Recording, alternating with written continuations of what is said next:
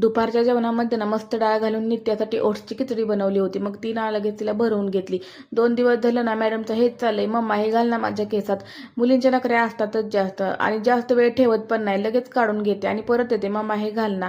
तसं ना जसं आई करेल ना तसं आपल्या मुलीला पण करायचं असतं, कारण सगळं आईकडूनच ना मुलगी एक शिकत असते. मी जे करेल ना ते सगळं मॅडमना करायचं असतं. असो दुपारी तिला झोपवलं आणि यांनी ना कलर घेऊन आले होते, जे की मीच त्यांना घेऊन यायला सांगितले होते. म्हटलं चला या उन्हाळ्यामध्ये ना आपल्या अंगातली कलाकारी बाहेर काढूया. संक्रांतीसाठी आणलेली लोटकी ना अशीच पडून होती. आता पडून राहण्यापेक्षा म्हटलं आता काहीतरी शोपीस बनवूया. आणि दुपारच्या टायमिंगला इतकी गरमी वाढली ना की काय करून काय नाही असं होते. म्हणूनच ना आवडत्या गोष्टींमध्ये वेळ घालवायचं ठरवलंय. आणि घरासाठी ना छान छान गोष्टी सुद्धा बनवून जातील आणि दुपारचा वेळ सुद्धा निघून जाईल. मस्त असं ग्रीन आणि पिंक अशा कलर कॉम्बिनेशन मध्ये ना दोन्ही लोटक्यांना रंगवून घेतलं आणि त्याच्यावरती ना छोटीशी डिझाईन सुद्धा काढली होती.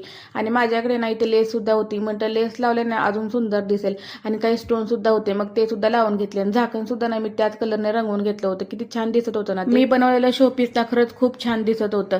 मला ना घर सजवायला खूपच आवडतं आणि त्यात टाकाऊपासून टिकाऊ जर काय बनत असेल ना तर ती मी नक्कीच बनवते. असं संध्याकाळच्या टायमिंगमध्ये ना मॅडम मला स्वयंपाकात मदत करत होत्या. दुपारी येताना नाही तांदूळ आणलं होतं. म्हटलं चला लगेच बरणीत भरून ठेवाय, नाही तर 2 दिवस ना वर तसंच पडून राहतील.